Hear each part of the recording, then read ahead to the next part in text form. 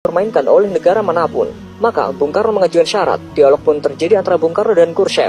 Saya mau datang ke Moskow dengan satu syarat mutlak yang harus dipenuhi. Tidak boleh tidak, kata Bung Karno. Khrushchev pun balik bertanya, apa syarat yang Paduka Presiden ajukan? Bung Karno menjawab, temukan makam Imam Bukhari, saya ingin menziarahinya.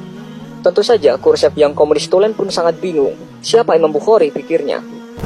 Khrushchev segera memerintahkan pasukan elitnya untuk menemukan makam yang dimaksud. Ternyata hasilnya nihil. Khrushchev kembali menghubungi Bung Karno. Maaf Paduka Presiden, kami tidak menemukan makam orang yang Paduka cari.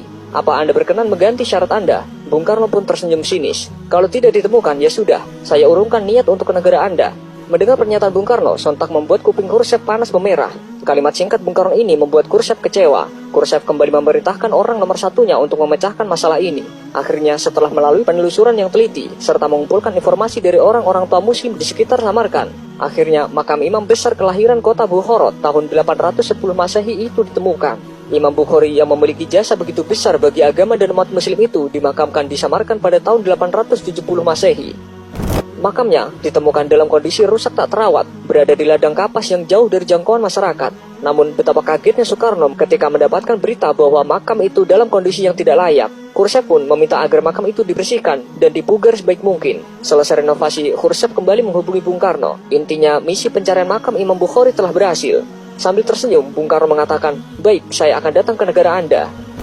Akhirnya, setelah sebulan sejak penemuan dan pemugaran makam tersebut, Soekarno bersedia berkunjung ke Soviet. Dengan naik kereta api, Soekarno tiba di kota Samarkand pada tanggal 12 Juni 1961.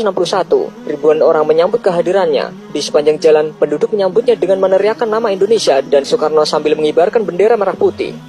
Sehari sebelumnya, puluhan ribu orang juga menyambut kehadiran pemimpin besar revolusi Indonesia ini di kota Tashkent, ibu kota Uzbekistan. Indonesia adalah satu-satunya negara yang hingga kini sangat dihormati oleh penduduk Uzbekistan dan Samarkand khususnya. Sejak Bung Karno tiba pada malam hari, beliau langsung membaca Al-Quran sampai pagi hingga beliau tidak tidur. Saat ditemukan makam dalam kondisi tidak terurus, Soekarno meminta pemerintah Uni Soviet agar segera memperbaikinya. Ia bahkan sempat menawarkan agar makam dipindahkan ke Indonesia apabila Uni Soviet tidak mampu merawat dan menjaga makam tersebut. Dengan emas seberat makam Imam Bukhari akan diberikan sebagai gantinya.